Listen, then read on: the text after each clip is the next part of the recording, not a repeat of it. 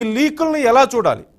ఎందుకని నిజంగా వారి దగ్గర అంత సమాచారం ఉంటే కాంగ్రెస్ నాయకులు చెప్తున్నట్లుగా బీఆర్ఎస్ నాయకులే చేశారు అని బల్లగుద్ది వాదిస్తున్నట్లుగా నిజంగా సమాచారం ఉంటే మరి ఎందుకని అదుపులోకి తీసుకోవడం లేదు ముఖ్యమైన నాయకులను ఎవరిని?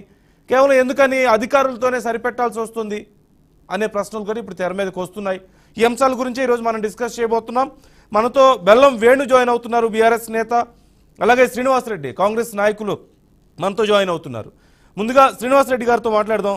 శ్రీనివాసరెడ్డి గారు, కేటీఆర్ చేస్తున్నటువంటి welcome to BRK news. KTR చేస్తున్నటువంటి కామెంట్స్ని ఎలా చూడాలి? మీ దగ్గర నిజంగా అంత సమాచారం ఉంటే నిజంగా రోజుకొక పేరు మీరు బయట పెట్టాల్సిన అవసరం ఏముంది? వాళ్ళ పేర్లు వీళ్ళ పేర్లు బయట పెట్టి మేము వాళ్ళని లోపలేస్తాం వీళ్ళని లోపలేస్తాం అది చేస్తాం ఇది చేస్తాం అని చెప్పడం ఎందుకు? తీసుకెళ్ళి లోపలేయండి అని కేటీఆర్ అడుగుతున్నారు కదా. ఇది కేవలం ఎన్నికల స్ట్రాటజీగా మాత్రమే వారు చెప్తున్నారు. నమస్తే అండి. బీఆర్కే న్యూస్ ప్రజానీకానికి, రెండు రాష్ట్రాలకు సంబంధించి అదే విధంగా నందు గారికి, ఇక్కడ ఉన్నటువంటి ప్యానల్ వరకు అందరూ కూడా ముందుగా గుడ్ ఈవినింగ్ అండి. Good evening. ఇప్పుడు మీరు ఒక్కటి గమనించండి, నందు గారు ఇవాళ కేటీఆర్ ఎంత బరి తెగించి మాట్లాడుతున్నాడంటే ఒక బలుపుతోటి అహంభావంతో, అంటే ఒక అగ్రవర్ణ అహంభావం ఆయనలో కొట్టొచ్చుండే కనిపిస్తుంది. ఇవాళ ఆయన 10 సంవత్సరాలు కుటుంబం పాలించిన పాలనలో ఒక దొరతనం, ఒక అహంకారం చాలా స్పష్టంగా కనపడుతుంది. ఒక ఏం పీక్కుంటారో పీకోవడం అనేది ఇవాళ ఎవరికైనా ఏం సందేశం ఇస్తున్నాడు? చేసే తప్పులను చేసి దీంట్లో మళ్ళీ ఏం పీక్కుంటారో పీకోవడం అనేది ఆయన నీచమైన రాజకీయాలకు, ఆయన దిగజారుడుతనానికి, ఆయన ఒంటెద్దు పోకడక అగ్రవర్ణ అహంకారాన్ని కూడా చాలా స్పష్టంగా నిదర్శనం. ఇవాళ ఒక భారతదేశంలో కాదు, ముఖ్యంగా తెలంగాణ తప్పు చేయలేదు అనే ధైర్యం అయి ఉండొచ్చు కదా, మాట్లాడుకుంటున్నారు. కాదు చేసిన తప్పు చేసి ఏం పీక్కుంటారో పీక్కొని ఉంటాం. ఇప్పుడు అరెస్ట్ చేయడానికి ఆయన చెప్పగా ఉరికొచ్చి అరెస్ట్ చేయడానికి తీసుకపోరు కదా. ప్రతి కూడా డ్యూ ప్రాసెస్ ఆఫ్ లా, నేను ఒక న్యాయవాది, ప్రాక్టీసింగ్ అడ్వకేట్ ని. డ్యూ ప్రాసెస్ ఆఫ్ లా, చట్ట ప్రకారం ఏదైనా జరుగుతుంది. ఇది రేవంత్ రెడ్డికో లేకపోతే కేటీఆర్ కుటుంబానికో లేకపోతే మల్లారెడ్డికో పుల్లయ్యకో జరిగే వారు కాదు. ఇది ఒక ప్రభుత్వంలో ఉన్నప్పుడు చేసిన వాళ్ళు ప్రభుత్వం ఉన్నప్పుడు చేశారు కాబట్టి దాని ప్రకారం తగు విచారణ జరిపి విచారించి ఒక లీగల్ గా డ్యూ ప్రాసెస్ ఆఫ్ లా ప్రకారం పోవాలి తప్ప వేరేం లేదు. దీనిలో టెలిగ్రాఫ్ యాక్ట్ గానీ, అదే విధంగా ప్రభుత్వానికి సంబంధించిన అధికారులు చేసినటువంటి ఇండియన్ పినల్ కోడ్ గానీ, ఒక సిఆర్పిసి ప్రొసీజర్ ప్రకారంగానే అన్ని రకాల చట్టాలు దీంట్లో ఇమిడి ఉన్నాయి. ఉరికిపోయా నువ్వు ఇది ట్యాప్ చేసావు అని అంటానికి కాదు. ఒకవేళ ఫోన్లు కనుక వాళ్ళు ట్యాపింగ్ చేయాలంటే కేంద్ర హోంశాఖ, అంటే కేంద్ర హోంమంత్రిత్వ శాఖ నుంచి కూడా వాళ్ళు పర్మిషన్ తీసుకోవాలి. జనరల్ గా ఇంత ముందు ఫోన్ ట్యాపింగ్ సిస్టమ్ ఎలా ఉండదంటే, బీఆర్ఎస్ కంటే ముందు ఒక నక్సలైట్ల మీద కానీ లేదంటే టెర్రరిస్ట్ల మీద మాత్రమే అది కూడా హోమ్ అఫైర్స్ నుంచి ఒక అనుమతి తీసుకొని మరి ఆ రోజుల్లో అలా చేసేవాళ్ళు. ఇవాళ బీఆర్ఎస్ ప్రభుత్వం గత 10 సంవత్సరాలు ఏం చేస్తుందంటే, ఎస్పెషల్లీ 2010 నుంచి కూడా ఇవాళ నక్సలైట్ సమస్య లేదు కాబట్టి వాళ్ళు పక్కన పెట్టింది, టెర్రరిస్టు సమస్యలు పక్కన పెట్టి కేవలం కాంగ్రెస్ పార్టీ వాళ్ళు, రియల్ ఎస్టేట్ వాళ్ళు, వెండి బంగారు డైమండ్ నగర వ్యాపారులు, అదేవిధంగా కోటీశ్వర్లు, పెద్ద పెద్ద డబ్బున్న వాళ్ళు ఏం చేస్తున్నారు, వాళ్ళ యొక్క వ్యక్తిగత జీవితాలకు వెళ్ళి వాళ్ళని పర్సనల్ గా కూడా బ్లాక్ మెయిల్ చేసే పరిస్థితి వాళ్ళు వచ్చారు. ఇవాళ మనం చూసాము, ఇది వరంగల్ కేంద్రంగా ప్రభాకర్ రావు కావచ్చు, ప్రణీత్ రావు కావచ్చు, తిరుపతిరావు కావచ్చు, రాధాకిషన్ రావు గారు కావచ్చు, ఒక స్పెషల్ గా మాట్లాడుకోవాలి చూస్తే ఒక వెలమ సామాజిక వర్గానికి చెందినటువంటి బీఆర్ఎస్ పార్టీ వాళ్ళు చేశారు. ఇలా ప్రణీత్ రావు గారు చూసుకున్నట్టయితే నేను కూడా చాలా చోట్ల మ్యాటర్ కూడా గ్యాదర్ చేశాను. బీఆర్ఎస్ ఒక వరంగల్ జిల్లా ఒక సిఐ స్థాయి నుంచి డైరెక్ట్ గానీ వాళ్ళ డిఎస్పీ స్థాయికి వెళ్ళారు. ఎలా వెళ్ళారని నేను కొంతమంది పోలీసు అధికారులు అడిగితే యాంగులర్ ప్రమోషన్ ఉంటుంది. మేము లాయర్లం కాబట్టి ఆ టెర్మినాలజీ కానీ ఆ భాష కానీ అవన్నీ మాకు తెలుసు. సహజంగా యాంగులర్ ప్రమోషన్ అనేది ఎవరికి ఇస్తారంటే, నందు గారు ఎవరైతే ప్రభుత్వం నుండి నక్సలైట్ల మీదనో లేకపోతే టెర్రరిస్ట్ల మీదనో లేకపోతే సంఘ విద్రోహ శక్తుల మీదనో ఇట్లాంటి వాటిలో చేసిన వాళ్ళకి మాత్రమే యాంగులర్ ప్రమోషన్ ఇస్తారు. యాంగులర్ ప్రమోషన్ లేదు. మరి నేను ఓసీకి రెగ్యులర్ ప్రమోషన్ రావాలంటే ఈ లోపల సిఐ కాస్త ఒక 15 ఏళ్ళు ఈజీగా పడుతుంది. డిఎస్పీ కావాలన్నా ఏసీపీ కావాలన్నా కూడా. మరి ఈయనకి ఎలా వచ్చింది? ఈయన తోటి వాళ్ళందరూ కూడా సిఐలుగానే ఉండిపోయారట. ఈయన వెలమ సామాజిక చెందిన వరకు ప్రభాకర్ రావు గారు ఏదో అప్పుడు స్పెషల్ ఆ శాఖకు అది ఎస్ఐబికి ఉన్నాడు కదా, ఆయన స్పెషల్ ఇన్వెస్టిగేషన్ బ్రాంచ్ కి ఆయన స్పెషల్ గా ఉన్నారు కాబట్టి డీజీపీగా ఆయనకు నుండి పలుకుపడుతూ ఆయనకు ప్రమోషన్ ఇప్పించారు. ప్రమోషన్ ఇప్పించి తీసుకొచ్చి ఇవాళ వీళ్ళందరూ రావుల కూటమి కలిసి ఇవాళ రాష్ట్రాన్ని ఇవాళ మొత్తం ఏమైనా ఇంకొక విషయం ఏంటంటే ఆసక్తికర విషయం ఏంటంటే, వాళ్ళ పార్టీ వాళ్ళకి సంబంధించిన వాళ్ళే కూడా, వాళ్ళకి సంబంధించిన ఉన్న వాళ్ళే కూడా, వాళ్ళకి సంబంధించిన కోటీశ్వర్లకు కూడా ట్రాప్ చేశారు. ఏమైనా వాళ్ళని కూడా బ్లాక్ మెయిల్ చేశారట వీళ్ళు. అంటే కేసీఆర్ గారు అంటే కుటుంబం ప్రకటించిందేమో మీరు చేయండి అయ్యా పలానా ఆపోజిట్ అని చేయండి, స్వామి కార్యం స్వకార్యం లాగా లాస్ట్ కి వచ్చే వరకే మరి ఎవరిని వాళ్ళ పార్టీ వాళ్ళు వాళ్ళకి సంబంధించిన కూడా బ్లాక్ మెయిల్ చేసి, ఎవరిని దగ్గరున్న వాళ్ళు కూడా బ్లాక్ మెయిల్ చేసి డబ్బులు గుంజే ప్రయత్నం చేశారని కూడా ఇలా కోట్లకు పడగలెత్తారని కూడా మనకు చాలా స్పష్టమవుతుంది. ముఖ్యంగా మన ప్రజెంట్ సీఎం రేవంత్ రెడ్డి గారిని చూసుకుంటే, ఆయన ప్రతిపక్షంలో ఉన్నప్పుడు ఆయన కుటుంబ సభ్యులకు కేవలం 200 మీటర్లు 2 కిలోమీటర్లు అంటే ఎంత అవకాశం ఉంటుంది? అంత టెక్నాలజీ ప్రకారం అంత ఏర్ ఎంతవరకు సరిపోతుంది, ఎయిర్ టు ఫ్రీ ఎంతవరకు వస్తుంది, ఆ సంబంధిత ఛానల్ అంటే ఆ సంబంధించిన సిగ్నల్స్ అట్లా దొరకకుండా ఉండాలి మళ్ళీ, ఎందుకంటే సిగ్నల్ కంపెనీలో కూడా డౌట్ రాకుండా ఉండాలి. అన్ని రకరకాల ఎన్నైతే టెక్నికల్ గా ఉన్నాయో దీనికి సంబంధించి కూడా వీళ్ళు మరి వేరే దేశం ఇజ్రాయెల్ దేశం నుంచి తెచ్చుకున్నారని కూడా తెలిసింది. మరి జనరల్ గా వేరే దేశం తెచ్చుకోవాలంటే మరి కేంద్ర హోం అఫైర్స్ నుంచి కూడా పర్మిషన్ తీసుకోవాలి. మరి అలాంటి పర్మిషన్ ఎక్కడ తీసుకున్నట్టుగా లేవు. మరి దాదాపు దీంట్లో 700 నుంచి ఒక 1000 కోట్లు ఏది పర్మిషన్ ఈ సాంకేతిక పరిజ్ఞానాన్ని కొనడానికి ఒక 700 నుంచి 1000 కోట్ల రూపాయలు ఖర్చు పెట్టారని కూడా మరి కొంతమంది నాకు మిత్రులు చెప్పారు, పోలీస్ డిపార్ట్మెంట్ పలుకుబడి ఉన్నారు. మరి అంత డబ్బుకి ఎక్కడి నుంచి తీసుకొచ్చారు ఆ డబ్బులు, ఆ లెక్కలేంటి, ఇవన్నీ కూడా ఎలాంటి వివరాలు కూడా ఎక్కడ కూడా గోప్యంగా నుంచి బయటకు రాలేదు. కేవలం వాళ్ళు మునుగోడులో కూడా నల్గొండ జిల్లాలు చూసుకున్నట్టయితే మునుగోడు కావచ్చు, అదేవిధంగా హుజూర్ నగర్ కావచ్చు, నాగార్జున సాగర్ కూడా ఇలా గెలుపు కోసం కూడా ఈ ఫోన్ ట్యాపింగ్ అని కూడా చాలా ప్రధానంగా ఉపయోగపడిందని కూడా నేను మునుగోడులో చేశాను. నేను హుజూర్ నగర్ లో కూడా తిరిగాను. 2 చోట్ల కూడా అక్కడ ఏంటంటే ఎమ్మటే ఎవరైనా గెలవగానే వాళ్ళ పార్టీ వాళ్ళు కలిసినా బయట వాళ్ళు కలిసినా ఎమ్మటే ఫోన్ ట్యాపింగ్, ఎవరైతే నాయకులు ఉంటారో డబ్బును ట్యాపింగ్ చేసే వాళ్ళు ఎవరైతే తెలిసారు. ఇది ఇండియన్ టెలిగ్రాఫ్ యాక్ట్ ప్రకారం కూడా చాలా నష్టం. ఇది అంటే చట్ట ప్రకారం చట్ట ప్రకారం కూడా చర్యలు తీసుకోవచ్చు. మరి ఇవాళ వేరే వాళ్ళిద్దరు కూడా మరి అదుపులోకి తీసుకున్నట్టు తెలిసింది. మొన్న అదుపులోకి తీసుకున్న వాళ్ళు కూడా మళ్ళీ జ్యుడిషియల్ కస్టడీలోకి పెట్టారు. ఇవాళ పోలీస్ కస్టడీలో కూడా తీసుకోవడానికి కూడా వాళ్ళని మరి అవకాశం ఉంది, తీసుకున్నారని కూడా తెలిసింది. అంటే ఇట్లాంటి అంటే ఎక్కడ లేని మనం ఎప్పుడు కూడా మన పెగాసిస్ అని విన్నాం మన సెంట్రల్ లెవెల్లో. మళ్ళీ ఇప్పుడు అంతా పెగాసిస్ అంటే స్పైవేర్ అన్నట్టు అట్లాంటి సంస్థలకు సంబంధించినటువంటి ఇవాళ మన రాష్ట్రానికి వచ్చి మన ఏరు మన ఇండ్ల మధ్యలో ఉందంటే ఇవాళ అందరం కూడా అవాక్ అవ్వడం ఒక్కసారిగా మన తెలంగాణ ప్రజలకు ఉలిక్కిపడ్డంత పని అయింది ఇవాళ. మరి దానికి కేసీఆర్ సిగ్గుపడాల్సింది పోయి ఏం బిక్కుంటారు అంటే ఎంత బలుపు అనేది కూడా నేను చాలా స్పష్టంగా కేసీఆర్ ఖబర్దార్ మాటలు కూడా చాలా జాగ్రత్త. శ్రీనివాస్ రెడ్డి గారు ఇప్పుడు కేటీఆర్ గారి భాష నేను కొంచెం వాడాల్సి వస్తుంది. ఆయన మాట్లాడిన పదాలు కొంచెం హార్ష్గా ఉన్నప్పటికీ కూడా ఆయన భాషలో నేను చెప్పాలి కాబట్టి ఆయన మాట్లాడినవి వాడుతున్నాను. ఏదో కొంచెం లుచ్చగాళ్ల ఫోన్లు ఎవరో ఒక ఇద్దరివి ట్యాప్ చేసి ఉండొచ్చేమో, ఒకరిదో ఇద్దరిదో చేసి ఉండొచ్చేమో, అంత మాత్రాన్ని మొత్తం గవర్నమెంటే ఇదంతా చేసిందని చెప్పేసి ఎందుకు అంటారు? ఎవరో రౌడీలు గివిడీలు చేసి ఉండొచ్చు, అంత మాత్రాన మీరు మొత్తం నాయకుల్ని ప్రభుత్వాన్ని మీరు గత ప్రభుత్వాన్ని తప్పుపట్టడం కరెక్ట్ కాదు, ఎన్నికలు ఉన్నాయి కాబట్టి మీ ఇష్టం వచ్చినట్టు మాట్లాడొద్దు అనేది ఆయన మాట్లాడుతున్నమాట. అంటే ఆయన చేయలేదు అని ఆయన చెప్పట్లా. అవసరమే అప్పుడు ప్రభుత్వానికి అవసరమే, లేదంటే అప్పుడు పోలీసులకు అవసరమే, ఎవరో కొంత రౌడీ షీటర్లో ఇంకొకరియో చేసి ఉండొచ్చు, కానీ ఇలా మేము అందరూ చేయాల్సిన అవసరం మాకే ఉంటది అని చెప్పేసి ఆయన అంటున్నారు. ఎవరు చేయాలన్నా కూడా టెలిగ్రాఫ్ యాక్ట్ అనేది ఒకటి ఉంది. దానికి డ్యూ ప్రాసెస్ లా ప్రకారం పోవాలి కదా, మన ఇష్టం కాదు కదా. ఏదైనా కూడా చట్ట ప్రకారం, రాజ్యాంగం ప్రకారం, చట్ట ప్రకారం జరగాలి. వాళ్ళ ఫోన్లు ట్యాప్ చేయాలని కూడా సంబంధించిన డీజీపీకి చెప్పాలి, మన హెడ్ పోలీస్ డిపార్ట్మెంట్ చెప్పాలి.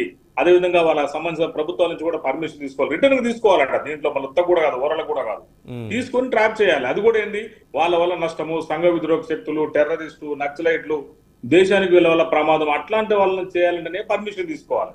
ఎవరిద్దరు లంగాగాళ్ళు అంటామంటే మళ్ళీ ఇదొక పెద్ద దారుణమైన వాడు. లంగాగాళ్ళు అంటాం, లంగాగాళ్ళు ఎవరు మరి ఆయనే చెప్పాలి. మరి అంటే ఎంత నీచమైనటువంటి దిగజారుడుతున్న రాజకీయాలంటే ఇవాళ వాళ్ళు చేసిన దోపిడీని ఒక్కొక్కటిగా కాంగ్రెస్ పార్టీ బయట పెడుతుంటే తట్టుకోలేని పరిస్థితి మనం చాలా స్పష్టంగా గమనిస్తున్నాం. తట్టుకోలేకపోతున్నారు వాళ్ళు. ఒక్కొక్కటి చూస్తున్నాం మనం రోజు అన్ని రకాల సోషల్ మీడియాలో, ప్రింటింగ్ మీడియాలో, ఎలక్ట్రానిక్ మీడియాలో. ఇలా కేసీఆర్ కుటుంబం తెలంగాణని 10 సంవత్సరాలు ఎలా దోసుకుంది, పిప్పి చేసింది. ఒక జలగ కంటే ఎక్కువ జలగ సరిపోదు వీళ్ళ ఫ్యామిలీ దోపిడీకి, జలగని ఎవరు సరిపోదు. ఇలా నేను ఒక కాంగ్రెస్ పార్టీ రాష్ట్ర అధికార ప్రతినిధిగా చెప్తున్నాను ఇవన్నీ. ఎందుకంటే దగ్గర నుంచి వీళ్ళు చేసిన దోపిడీ లక్షల కోట్లకి వెళ్ళిపోయింది. వాళ్ళ ఫ్యామిలీలల్లో కొన్ని ఒక్కొక్కటి కోట్ల రూపాయలు దోసుకున్నారు. ఇవాళ మా మధుయాస్కి గౌడ నాకు చెప్పేటోడు సంతోషరావు పేరు చెట్లరావు అని పెట్టాడు ఆయన. ఏం లేదు, మన 50 రూపాయల మొక్క అయితే తమ్మి 150 రూపాయలు అని చెప్పేసి దాని మీద కూడా మొక్కల మీద కమిషన్, దానికో పెద్ద ఆయన మొత్తం చెట్లను లేపించినట్టు. అంటే చూడండి ఎక్కడ అవకాశం ఉంది అక్కడ వీళ్ళందరూ పంచుకున్నారు. ఈ రావులందరూ కలిసి ఈ దేశాన్ని ఎట్లా వీళ్ళ బీజేపీలు ఎట్లా చేస్తారు, వీళ్ళ రాష్ట్రాన్ని ఒక్కొక్క ముక్కలుగా, డిపార్ట్మెంట్ వైజ్ గా, జిల్లాల వైజ్ గా వీళ్ళందరూ పంచుకుని వాళ్ళ రాష్ట్రానికి మీరు చెప్పినట్లు అంత జరిగితే అంత డైరెక్ట్ గా ప్రభుత్వాన్ని ఎలా ఛాలెంజ్ చేయగలుగుతున్నారు? మీ పార్టీని కానీ ప్రభుత్వాన్ని కానీ రండి ఏం చేసుకుంటారో చేసుకుంటారని అంత ఛాలెంజ్ చేయగలుగుతున్నారు కదా కేటీఆర్. అది నందు గారు చట్ట ప్రకారం పోవాలి. ఆయన అనగానే ఉరికి పడతాం కాదు ఇది. ఇప్పుడు గుమ్మడికాయ దొంగలు అంటే భుజాలు చదువుకున్నట్టు ఉంది కేటీఆర్ గారిది. గుమ్మడికాయ దొంగలు అంటే ఊళ్ళలు అంటారు, గుమ్మడికాయ దొంగలు అంటే భుజాలు చదువుకున్నారు. ఆయనకి ఎందుకు చేస్తారు? ఆయన దాకా వస్తుంది, ఆయనకు అర్థమవుతుంది. ఇది ఒక్కొక్కరు లూప్ అంటే ఇష్టం కాదు కదా, డైరెక్ట్ గ్రూప్ అరెస్ట్ చేయడానికి కాదు కదా. ఇది చట్ట ప్రకారం మనం ఎట్లా ఇది ఒక 3 ఎలా చేశారో ఆ 3 ఇప్పుకుంటూ రావాలి. ఒక్కొక్కటి ఒక స్టెప్ తీసుకొని రావాలి దీన్ని. అంతేగాని ఊరికి పోయి అరెస్ట్ చేస్తాను ఏంటంటే అది మర్డర్ మానభంగాలు కాదు కదా ఇవన్నీ. ఇది ఏంటంటే దీన్ని వైట్ కాలర్ క్రైమ్స్ అంటారు. నేను ఒక బీయింగ్ ప్రాక్టీసింగ్ అడ్వకేట్ 19 years నేను అడ్వకేట్ గా చేయబట్టి కూడా హైకోర్టులో ఖమ్మం కోర్టులో ప్రాక్టీస్ చేస్తూ ఉంటాం వివిధ కోర్టులు. అంటే ఇది ఈ విధంగా పోవాలి, చట్ట ప్రకారం పోవాలి. ఇదంతే ఊరికి అరెస్ట్ చేస్తే పార్టీ కాదు, ఇక్కడ ప్రభుత్వాలు బదనం అయిపోతుంది. అంత ఈజీ కాదు కదా అరెస్ట్ చేయడం. ప్రైమాపేస్ ఎవిడెన్స్ చూపించాలిగా, ప్రాథమిక ఆధారాలు. ఏం లేకుంటే ఎట్లా అరెస్ట్ చేస్తాము? వారెంట్ పట్టుకొని రావాలి కదా. అంత పెద్దోళ్ళని అరెస్ట్ చేయాలంటే మాజీ మంత్రులని, మాజీ సీఎం కొడుకుల్ని, అంత ఈజీ కాదు కదా. అవన్నీ ఏంటంటే చట్ట ప్రకారం చూడాలి, చేసింది ఎంతవరకు గమనించాలి, సంబంధ డిపార్ట్మెంట్ నుంచి సంబంధ వ్యక్తుల నుంచి సరైన సమాచారం తీసుకున్న తర్వాత అప్పుడు ఒక్కొక్కరు ఇప్పుడు ఇలా అరెస్ట్ అయిన అందరూ కూడా 161 స్టేట్మెంట్లు అవన్నీ స్టేట్మెంట్ రికార్డ్ చేసుకుంటారు పోలీసు వారు చేసుకుని అట్లా ఒక్కొక్కరిని వీళ్ళు చెప్పిన ఎవిడెన్స్ ని బేస్ చేసుకుంటూ వాళ్ళు వెళ్ళిపోతారు. ఇవాళ డిపార్ట్మెంట్ వాళ్ళకి వచ్చింది, రేపు ఖచ్చితంగా ఈ డొంక కదిలి మంత్రులకు కేసీఆర్ గారికి కేటీఆర్ మేడకు చుట్టుకోవడం ఖాయమని కూడా నేను ఈ సందర్భంగా బీఆర్కే న్యూస్ ప్రజానికని చాలా స్పష్టంగా తెలియజేస్తున్నాను. కేటీఆర్ నువ్వు బలుపు మాటలు బంద్ చేసుకో, చాలా జాగ్రత్తగా బీఆర్కే న్యూస్ ప్రజానికాన్ని కూడా నేను హెచ్చరిస్తున్నా. చాలా జాగ్రత్త మాటలు ప్రభుత్వాన్ని నిందిస్తున్నట్టే తెలంగాణ ప్రజానికాన్ని, యావత్ తెలంగాణ సమాజంలో నువ్వు ఇక్కడ వార్నింగ్ ఇస్తున్నట్లు లెక్క తప్ప ఇది ప్రభుత్వానికి సంబంధించింది కాదు. ఇక్కడ తెలంగాణ ప్రజలంతా పిచ్చోళ్ళు కాదు. నీ మాట అన్నం అర్థమవుతుంది. మీ ఫ్యామిలీ చేసిన దోపిడీ మొత్తం తెలిసిపోయింది. ఇక్కడ కేటీఆర్ మీ ఆటలు సాగో, ఇంట్లో కూర్చోబెట్టారు, కాముకుండా రాదండి. అరే 5 ఏళ్ళు ప్రతిపక్షం ఉంటుంది, చేత కాకుండా ఎట్లా? మేము 10 ఏళ్ళు ఉన్నాం, పోరాడినాం. మీరు 5 ఏళ్ళు 3 నెలలు కాలేదు మీ వాళ్ళని మీరు కాపాడుకునే పరిస్థితి ఉంది. వాళ్ళు అంటే మేము 10 ఏళ్ళు ప్రతిపక్షం ఉన్నా కూడా అధికారం లేకపోయినా కూడా ఇలా పార్టీ మళ్ళీ అధికారంలో రాగలిగింది. ఈ బల్బు మాటలే మిమ్మల్ని ఈ స్థాయి దిగదార్చు, నిజంగానే దిగదార్చుడు రాజకీయాలు బంద్ చేయండి. ప్రధానంగా ప్రతిపక్ష పాత్ర పోషించండి, ఊందాతనంగా వ్యవహరించండి. మీరు అమెరికాలో చదువుకుంది నేర్చుకుంది ఇదేనా? అమెరికా అంటే చాలా మంది గౌరవం ఉంది, చాలా మంది పిల్లలు కూడా అమెరికాలో పోయి చదువుకుంటున్నారు. ఆ గౌరవాన్ని కాపాడండి. మీరు డిగ్నిటీ, డీసెన్సీ, డెకోరం మెయింటైన్ చేయండి. న్యూ ప్రాసెస్ లాగా కానీ ఇంత కంగారు పడితే ఎట్లా? ఖచ్చితంగా మీ దాకా వస్తుంది, ఏదో ఒక రోజు మీకు కూడా అదే గది పడుతుంది కూడా నేను చాలా స్పష్టంగా తెలియజేస్తున్నాను. అంటే శ్రీనివాస్ రెడ్డి గారు, బీఆర్ఎస్ నాయకులు చేస్తున్న ఒక ప్రధాన ఆరోపణ ఏంటంటే ఇచ్చిన హామీలు నెరవేర్చలేకపోతున్నారు కాబట్టి ఎన్నికల సమయంలో ప్రజల దృష్టిని డైవర్ట్ చేసేందుకు ఇప్పుడు ఈ కేసును హైలైట్ చేస్తున్నారు అనేది ప్రధానంగా ఈ 6 హామీల గురించి వారు మాట్లాడుతున్నారు. ఒకటే కిషన్, ఇప్పుడు నందు గారు దీంట్లో ఏంటంటే మొత్తం మనం కాంగ్రెస్ పార్టీ ఏం చేసిందంటే ఎన్నికల మేనిఫెస్టోలో 6 గ్యారెంటీలు ఇచ్చింది. సూక్ష్మంగా 6 గ్యారెంటీలు, స్థూలంగా తీసుకుంటే 13 గ్యారెంటీలు, కొన్ని 100 కోట్ల రూపాయలు 1000 కోట్ల రూపాయలతో ముడిపడి ఉన్నాయి. అవన్నీ చేయాలంటే కూడా వాస్తవంగా ఏంటంటే ఎవరైనా కూడా ఈ భారతదేశంలో కనీసం బేసిక్ నాలెడ్జ్ ఉన్న వాళ్ళు ఏమనుకుంటారంటే ఈ రాష్ట్రానికి అప్పులు ఉన్నమాట యథార్థమే కానీ ఆస్తులు కూడా ఉంటాయి అనుకుంటాము. మరి వాళ్ళు ఇంత నీచమైనటువంటి అప్పులు చేసి వాళ్ళు దోపిడీ గురి చేశారని ఎవరు కూడా ఎక్స్పెక్ట్ చేయరు. ఎలా ఉంటుందంటే కేసీఆర్ గారు చేసిన అప్పులు, ఒక ఉదాహరణ చెప్తా బీఆర్కే న్యూస్ ప్రజానికానికి. మొన్న ఒక ఆయన అడుగుతుంది కదా అప్పులు ఉన్నాయని తెలుసు కదా, మళ్ళీ మీరు వచ్చిన తర్వాత అప్పులు ఉన్నాయని అంటున్నారంటే అట్లా కాదన్నా, ఇది ఐఫోన్ అన్నా, ఇది కొంటే 1,50,000 అయిందన్నా, 1,50,000 అప్పు చేసి నేను ఐఫోన్ కొనుక్కుని అనుకుందాము. అక్కడ 1,50,000 అప్పు కనపడుతుంది, ఇక్కడ ఐఫోన్ కనపడుతుందన్నా. కానీ కేసీఆర్ చేసింది అది కాదు. అక్కడ 1,50,000 అప్పుడు కనపడుతుంది, ఇక్కడ ఐఫోన్ ఏమి లేకుండా పోయింది. పోయిన భూములు కానీ, భవనాలు కానీ, స్థిరాస్తులు కానీ, చరాస్తులు ఏమి లేకుండా ఇవాళ ఖజానా కొల్లగొట్టి మైనస్ కాదు, డెఫిసిట్ లో 0 కూడా కాదు, మైనస్ డెఫిసిట్ లో ఇవాళ తెలంగాణ బడ్జెట్ కానీ, తెలంగాణ సమాజం కానీ, తెలంగాణ ఆస్తులు కానీ దోసుకున్నాడు.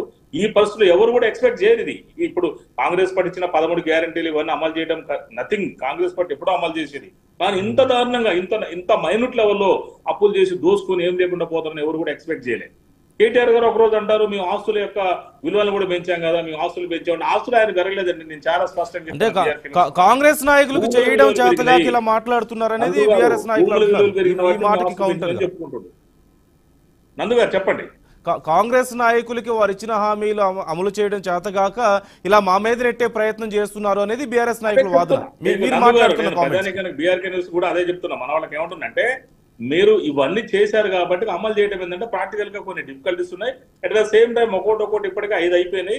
చేసుకుంటూ వచ్చే లోపల ఇప్పుడు ప్రజెంట్ ఏమైందంటే ఎన్నికల నిబంధనలు అమల్లోకి వచ్చిన మనకు తెలుసు కదా ఎన్నికల కోడ్ ఉంటుందని. ఇదేమో రేవంత్ రెడ్డి గారు పెట్టింది కాదు, లేకపోతే కాంగ్రెస్ పార్టీ పెట్టింది కాదు, అక్కడ రాహుల్ గాంధీ గారు పెట్టింది కదా. ఎన్నికల కోడ్ అనేది ఖచ్చితంగా ఉంటుంది. మనకి ఎన్నికల కోడ్ కూసింది కాబట్టి దాన్ని ఖచ్చితంగా అమలు చేయాల్సిన బాధ్యత ఉంది. అయిపోలేదు కదా, 100 రోజులు అయిపోతే ఇంకా చాలా ఉన్నాయి. ఆ తర్వాత ఇమీడియట్ గా అమలు చేయడం జరుగుతుంది. అట్లా ఎలాంటి సందేహం లేదు. ఖచ్చితంగా కాంగ్రెస్ పార్టీ నేను చాలా స్పష్టంగా చెప్తాను. కాంగ్రెస్ పార్టీ రాష్ట్ర అధికార ప్రతినిధిగా కాంగ్రెస్ పార్టీ ఏదైతే గ్యారెంటీలు ఇచ్చిందో ఆ పార్టీ ఖచ్చితంగా గ్యారెంటీలు అమలు చేసి తీరుతాం. ఈ విషయంలో శేష విషయాలు లేవు, ఎలాంటి అనుమానాలు లేవు, ఎలాంటి తావు లేదని కూడా చాలా స్పష్టంగా తెలియజేస్తున్నాం. వచ్చిన 100 రోజుల్లో మేము ఇచ్చిన 6 గ్యారెంటీలు అమలు చేసి తీరుతాం అని చెప్పేసి గతంలో హామీ ఇచ్చారు. ఇప్పుడు 100 రోజులకి మరి చేయలేకపోయారు అనేది బీఆర్ఎస్ వాళ్ళు వాడుకుంటున్న వాదన. ఇప్పుడు ఎన్నికల సందర్భంగా ప్రజల్లోకి వెళ్లేందుకు ప్రధానంగా తీసుకెళ్తున్నారు అంశాన్ని. నందు గారు మీరు అడిగిన ఇంటెన్షన్ నాకు చాలా స్పష్టంగా అర్థమైంది. 100 రోజుల్లో కాంగ్రెస్ పార్టీ చేయడానికి సిద్ధంగానే ఉంది. ఇందాక ప్రాక్టికల్ డిఫికల్స్ కూడా బీఆర్కే న్యూస్ ప్రజానీకాన్ని కూడా నేను చాలా స్పష్టంగా చెప్పాను, ఎగ్జాంపుల్స్ తో సహా చెప్పాను. ఎవరు కూడా మైనస్ లో కాదు, అంత దారుణమైనటువంటి బడ్జెట్ ఉండదని ప్రపంచంలో ఏ బేసిక్ నాలెడ్జ్ ఉన్న వాళ్ళు కూడా దీనికి లాయర్ అవసరం లేదు, డాక్టర్ అవసరం లేదు, మీడియా మిత్రులు అవసరం లేదు, బేసిక్ నాలెడ్జ్ ఎవరు కూడా ఎక్స్పెక్ట్ చేయరు. అంత దారుణమైనటువంటి బడ్జెట్ ఉంది కాబట్టి దాన్ని అడ్జస్ట్ చేసుకుంటూ దాన్ని ఎందుకంటే మన టక్కిమని తీసుకొచ్చే కాదు కదా అమౌంట్, అట్లా ఎక్స్పెక్ట్ చేయరు ఎవరు. కాబట్టి ఆ విధంగా అడ్జస్ట్ చేసుకుని ఇప్పుడు 2 నెలల్లో దాదాపు 28,000 కోట్ల రూపాయలు ఇవాళ కాంగ్రెస్ పార్టీ అంటే మన తెలంగాణ ప్రభుత్వానికి బడ్జెట్ సమకూరింది. ఆ బడ్జెట్ ప్లస్ అప్పు తీసుకొచ్చి ఒక్కొక్కటి స్టెప్ ఇప్పుడు కేసీఆర్ చేసింది కాంగ్రెస్ పార్టీ చేయొద్దనే కదా, అప్పుల కుప్పగా మార్చొద్దనే కదా రాష్ట్రాన్ని. దీని లీగల్ గా కానీ మన రేవంత్ రెడ్డి గారు వచ్చినట్టు సెంట్రల్ గవర్నమెంట్ నుంచి కూడా మనకు న్యాయంగా దక్కాల్సిన వాటాను కూడా స్పష్టంగా అడిగారు, తీసుకున్నారు. అదేవిధంగా కారిడార్లు అన్ని కూడా మన